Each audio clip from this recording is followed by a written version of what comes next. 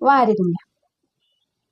जोपर्यंत आपल्या डोक्यावर आई वडिलांची छत्रछाया असते, हो, जोपर्यंत आपल्या डोक्यावर आई वडिलांची छत्रछाया असते तोपर्यंत आपल्याला त्यांची किंमत कळत नाही. ज्या वेळेस त्यांची छत्रछाया आपल्या डोक्यावरून जाते त्यावेळेस आपल्याला आपल्या आई वडिलांची किंमत कळते. आणि आई वडिलांमधनं एक जर देवाघरी गेलं तर आपल्याला रिलेटिव्ह, जे आपल्या जवळचे, परके, सख्खे, रक्ताचे, जे सर्व काही रिलेटिव्ह नातं होतं, सगळं काही सगळ्यांची असलीयत कळते. कोण कसं आहे ते समजतं. म्हणजे रिलेटिव्ह लोकांचे रंगरूप कळतं, की कोण आपल्यासोबत किती चांगल्या पद्धतीने वागतं, कोणाच्या मनात किती स्वार्थ आहे, कोण काय आहे, कोण काय नाही, हे सर्व सर्व काही कळतं.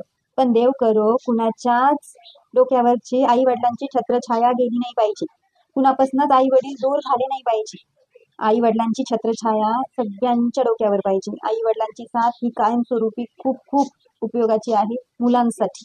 कारण की मुलं कितीही मोठे झाले आणि कितीही काही झालं तरी पण आई वडिलांची छत्रछाया काय असते हे कुणालाच माहिती नाही राहत, हे फक्त मुलांनाच कळतं.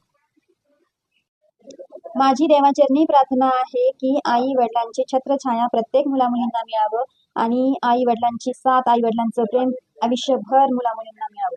आणि कधीच आई वडील मुलामुलींपासून दूर जायला नको किंवा त्यांचं प्रेम मुलामुलींवरून कमी व्हायला नको, ही माझी देवाचरणी प्रार्थना आहे. आणि अपेक्षा करते की सर्व मुलामुलींनी आई वडिलांची किंमत करावं. कारण की माझं बोलणं तुम्हाला जरी चुकीचं वाटत असेल किंवा बरोबर वाटत असेल हे तुमचं तुम्हाला माहिती, पण मला जे माझं बोलणं आहे तो माझा अनुभव आहे.